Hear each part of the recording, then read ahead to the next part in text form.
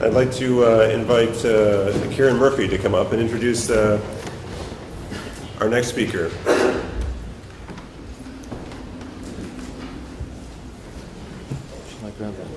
You should grab it. Thank you, Kieran. Thank you. So 2% of physicians determine what the other 98% do. And if you look at Dr. Bell's CV, you'll see that he belongs to that 2%, and he's created an organizational culture that allows us to practice in that same way here. Most of us don't work for organizations, we work for people. And we stay in institutions because of the people we work with.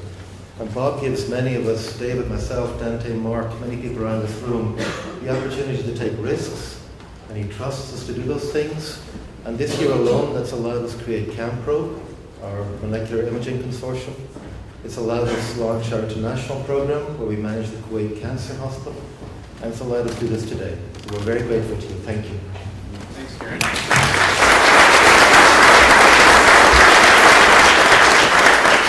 Thanks very much, Kieran. It's my pleasure on behalf of Mr. John Mulvihill, who's in the second row, and the other members of the UHN Board of Trustees to welcome you here to the launch of Techna and to provide congratulations to David on pulling this all together.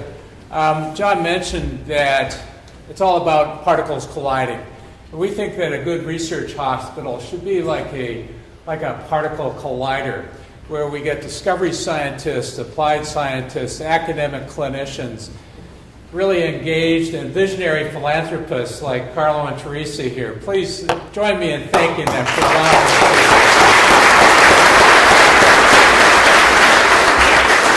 All those crucial particles come together in a way that adds insight and brings hypotheses, and importantly, creates the environment that will launch solutions. So let me tell you a little bit about what we think Techna is going to do for UHN in energizing that particle collider atmosphere. Well, first of all, what do we want to be? Well, we want to be a premier research hospital that generates these collisions.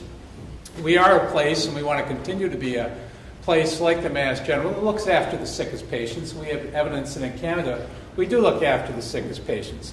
We want to be a network as well. We want to not only look after sick people, we want to keep people healthy in the area surrounding us. We want to have global impact, but we also want to have local accountability to the people that we serve in our local networks. And crucially, that means that we need to be an integrator of care. We need to be a developer and tester of technology and provide the platform where David's team can actually look at that clinical pull and bring potential solutions to the table. And creating the platform is, I think, what our management team and our board thinks is crucial about the way that Techna will provide opportunity for our academic clinicians to get that pull happening. People like Mary Gospodarowicz, who goes to clinic, thinks about the kinds of problems faced by her patients, problems that aren't solved yet, and brings the applied scientists and the discovery scientists to the table to say, help me think through this problem. We think that platform is what Techna will provide us with. And certainly our organization is proud to have success in this space previously. You know, around this area, the discovery of insulin, first lung transplant, stem cells, various applications that have developed both at the discovery level and at the applied level over the past 90 years that we're proud to think form the basis of our research hospital's kind of philosophy going forward.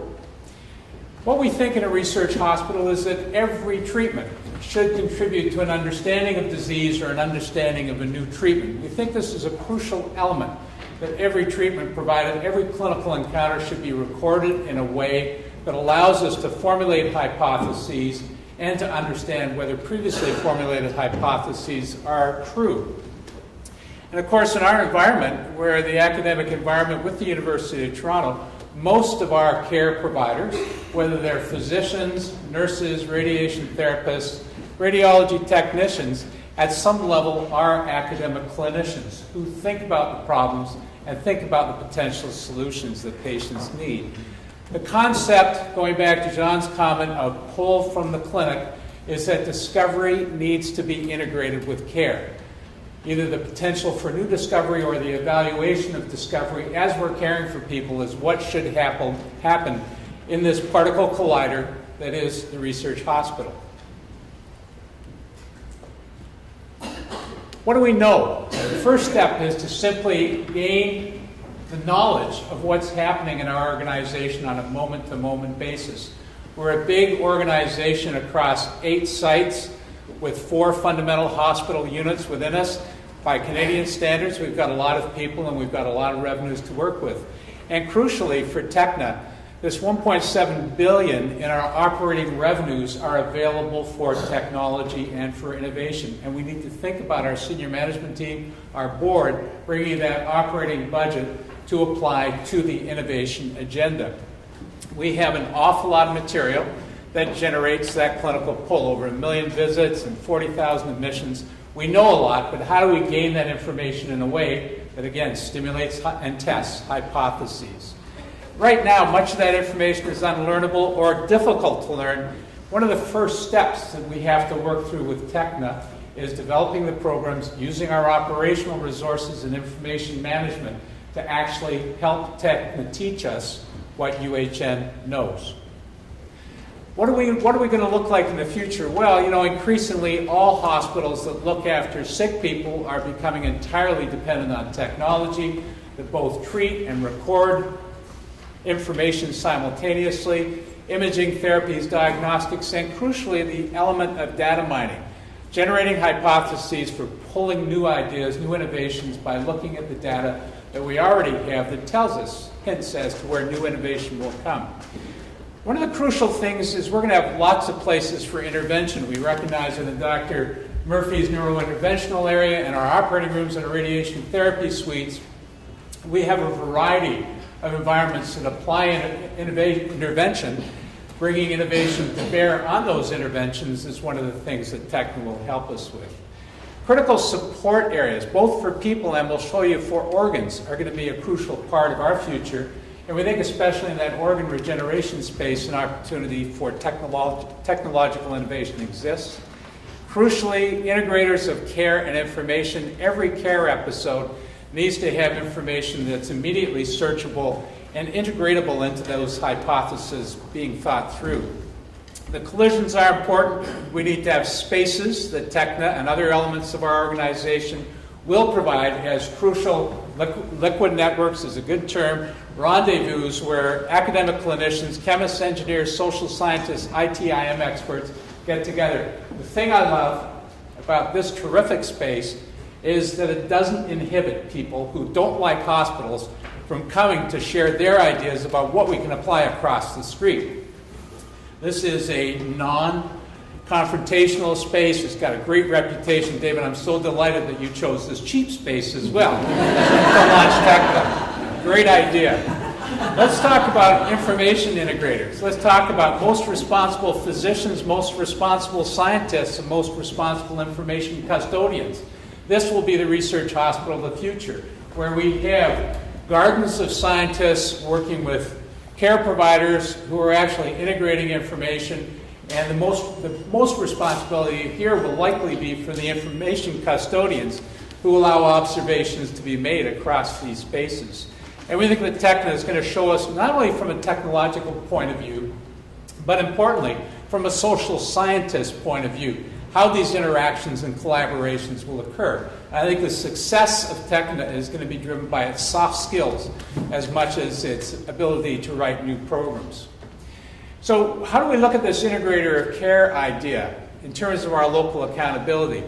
We anticipate that a number of people in Toronto will predominantly live under UHN care. There will be primary care groups and networks that actually have UHN as their primary source of care. But we also will have people sent to us from across the country, across the world, for brief elements of care. We need to incorporate both of those data sets into our ability to understand the care that we're providing. And some will inherit. We'll be providing information for other organizations, and bringing that information to bear on understanding innovation is going to be crucial. Here's an example of that inheritance idea. You'll see that our Ontario hospital business is a $17 billion a year business.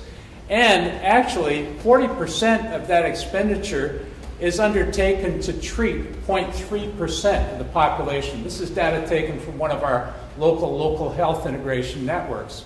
So remarkably, kind of delving into this data set and trying to figure out which of these patients can be supported without contributing to the $17 billion expenditure, I think is one of those tests that Techna is going to be focused on, I'm sure, simply because there's an enormous market here. There's 40% of $17 billion that can potentially be saved.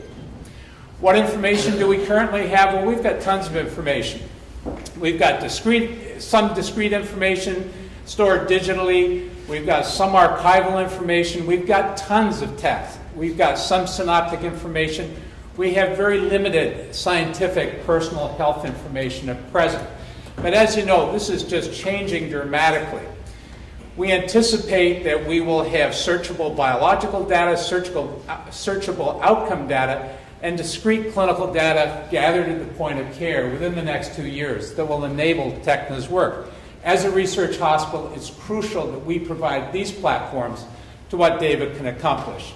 And some of the questions we'll have to answer in our clinics is how we collect that data. Is it synoptic? Is it natural language processing?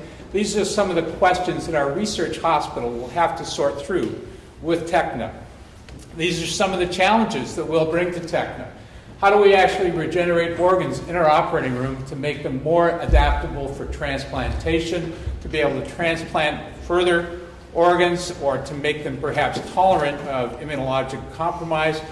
This biologic heterogeneity, both in the patient and in the organ that's being transplanted, is one of the technical challenges that we're facing right now. This kind of information, how do we actually take patient tumor sequences, enter patients into phase 1 cancer trials looking for druggable targets? This is actually happening in our organization now. And as you know, one of the biggest challenges to this is actually integrating information into some sort of rational care process. Again, a challenge that I think Techna is potentially able to help us with.